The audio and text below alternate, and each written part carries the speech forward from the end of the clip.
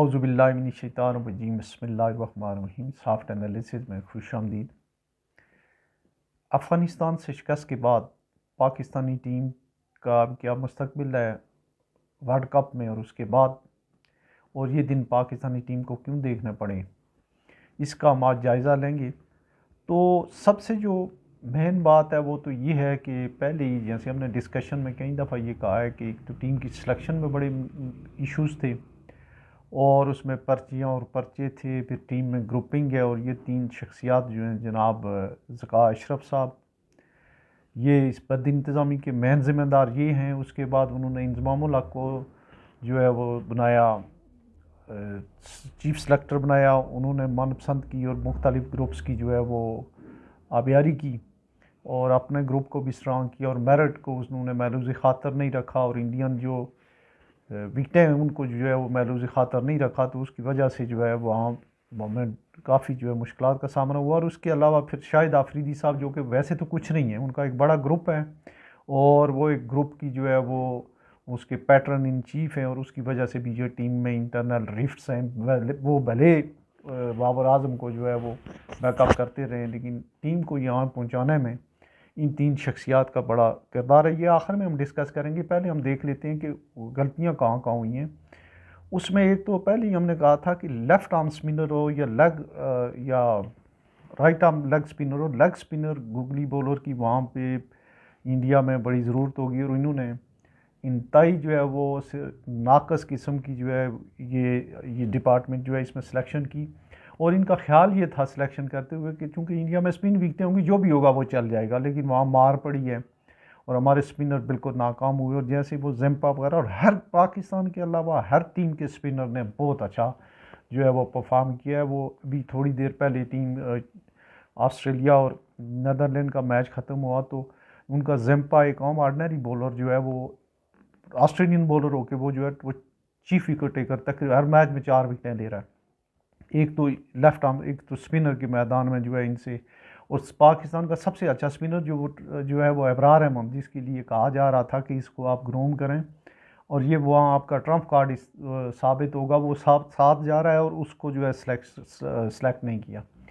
इसके अलावा जो फास्ट बॉलर थे उनको इतनी कोई गली महल्ले की कोई लीग छोड़ी नहीं जो इन्होंने ना खिलवाई हो, जिसका नतीजा ये हुआ कि फास्ट बॉलरों की एक बड़ी लाट जो है वो हो गई अनफिट।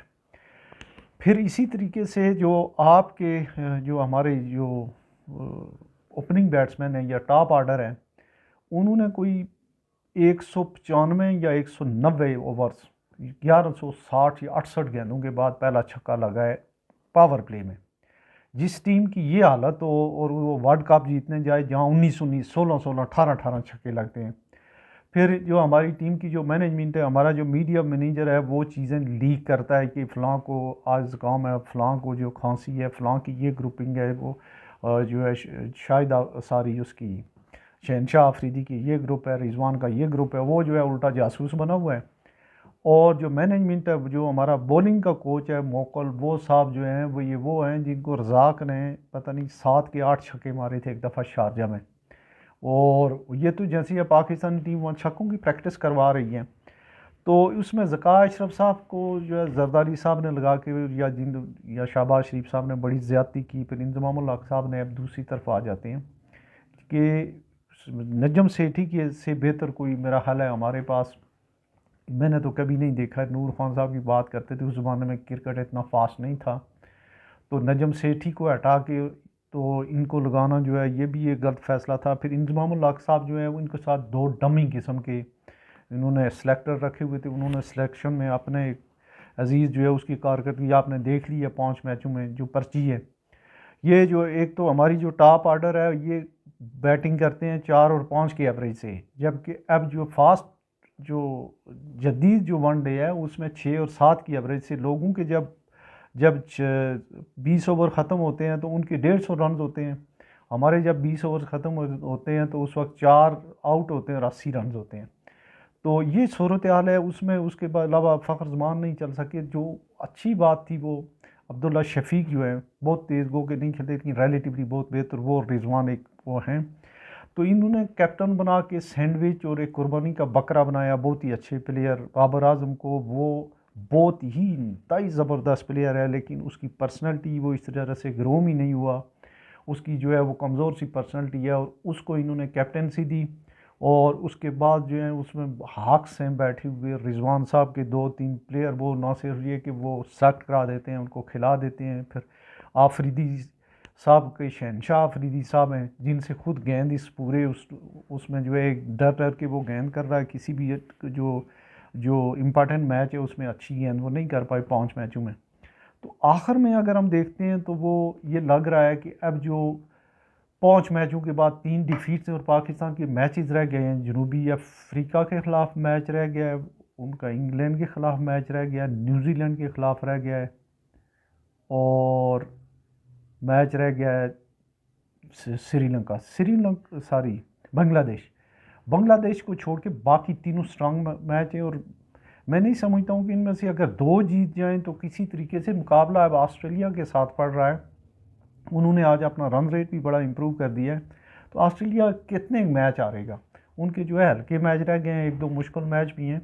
लेकिन पाकिस्तान की ये साइड जो है जिसको 19-19 छक्के लगे हैं, 12-12 11-11 छक्के लगे हैं, उनकी फील्डिंग आप देखें, उनकी बॉडी लैंग्वेज देखें, हमारे जिस तरीके से तमाम तर इदारे इंताद पजीर हैं, हर लिहाज से जो है बददियानती का दौर दौरा है, करप्शन का दौर दौरा। इसी तरीके से जो है हमारी टीम की सिलेक्शन में बददियानती और बेईमानी हुई है। और अपने लोगों को नवाजने के लिए जो है वो चंद लोगों को 4-5 लोग उन्होंने किए हैं। इस पूरी टीम में जो अगर आप देखें स्पिरिट के हिसाब से सिवाय इफ्तिखार के बाकी कोई बंदा ऐसा लगता ही नहीं है कि कोई वर्ल्ड क्लास प्लेयर या वर्ल्ड क्लास जो है वो एलावन का ये हिस्सा है या ये वर्ल्ड कप जीतने के लिए। रिजवान वगैरह जो है वो बड़े ही कैजुअल गो के अपनी जो वो रन कर रहे हैं, उसने मैच भी जीता है।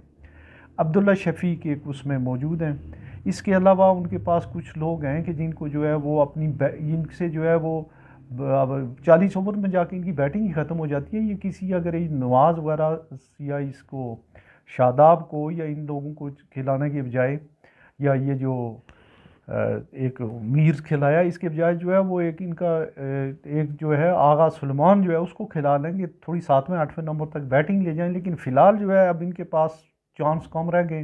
हाँ, ज़का अशरफ साहब ने कहा जी कि मैंने एक कमेटी बना दी है, उसमें फ़लाँ होंगे, वो उनको मशवरा देंगे। भाई ये अगर काम करना था तो ये करना था वर्ल्ड कप से पहले। अब तो दुआओं ही की बात है।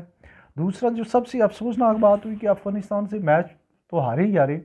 उनके कैप्टन ने कहा जी कि ये मैं डेडिकेट करता हूँ उन लोगों को जिन्हें पाकिस्तान से निकाला जा रहा है ज़बरदस्ती। तो वो तो इस तरीके से कह रहे थे या तो ये इनकी ख़रीदी हुई जगह थी, या ये मफतूआ जगह थी, या ये उनके कोई बाप दादा की जागीर थी कि जहाँ से निकाला जा रहा है। वो पनाह गज़ीन थे और उनको जो है उनके लिए जो है 50 साल 45 साल से जो है 40-45 साल से जो है मेज़बानी की है।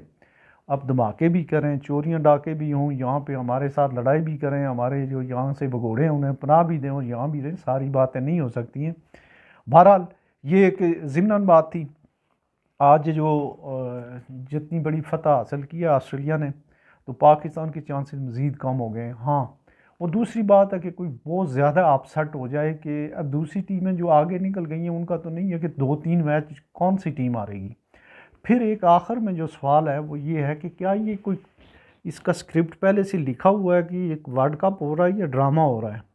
इसमें 400-400 रन भी बन रहे हैं। उसके अलावा जो हमने पहले डिस्कशन की थी कि क्या इंडिया चाहता है कि उसके साथ अफ़गानिस्तान का फ़ाइनल हो। उनको सारे मैच जो है वो स्पिनिंग ट्रैक में दे रहे हैं और पूरी इंडिया के जो सीनियर प्लेयर, उनके कोचेज़, उनका मीडिया सारा अफ़गानिस्तान को बैक कर रहा है। अपने लिए तो उन्होंने जो है वो अपने और अफ़गानिस्तान के लिए वो बिल्कुल एक तरह की जो है वो टेलर मेड विकेट तैयार कर रहे हैं। और उसी हिसाब से जो है कम उनकी कोशिश है, इंडिया वालों की कोशिश है कि अफ़गानिस्तान जो है वो जितना अपसेट कर सके, जितना आया सके आगे तो आए। तो इस लिहाज से बहरहाल इंडिया की पता भी था जो हमारा 2011 का वर्ल्ड कप था उसमें Afridi joint chief wicket taker था। हालांकि बहुत ज़्यादा अच्छा स्पिनर नहीं था, लेकिन लेग स्पिनर की ज़रूरत थी और जिन लोगों को ये नहीं पता चल सका है, पता चल गया है। तो अब हमें जो है वो दुआ करनी चाहिए कि कोई टीम हमारी बेहतर तरीके से परफॉर्म करे। वैसे पाकिस्तान में ये जो है लॉबिंग शुरू हो गई है कि बाबर आजम के बाद कैप्टन कौन होगा। अल्लाह करे कि बाबर की लक जो है वो अच्छी हो जाए और वो कोई अच्छी परफॉर्मेंस दे जाए। अदरवाइज़ उसको हटाने के लिए और उसको इन्हें कप्तान बनाना भी नहीं चाहिए था। सरफराज कराची से सरफराज अहमद को बना देते, न्यूट्रल आदमी था। ये आफरीदी को बना देते, रिजवान को बना देते, उससे एक अच्छे प्लेयर को उन्होंने वो किया, वो ख़राब किया। वो जब बैटिंग के लिए आता है तो पता चलता है कि उसके ऊपर कितना प्रेशर है। तो होपफुली जो है अगले 4 मैचेस जो हैं वो काफ़ी बड़े मैच होते हैं। तो अगर वर्ल्ड चैम्पियन बनना है तो ये चारों जीत के अब भी आगे जा सकते हैं। अपना बहुत सारा ख्याल रखिएगा। आज इतना ही। अल्लाह हाफ़िज़।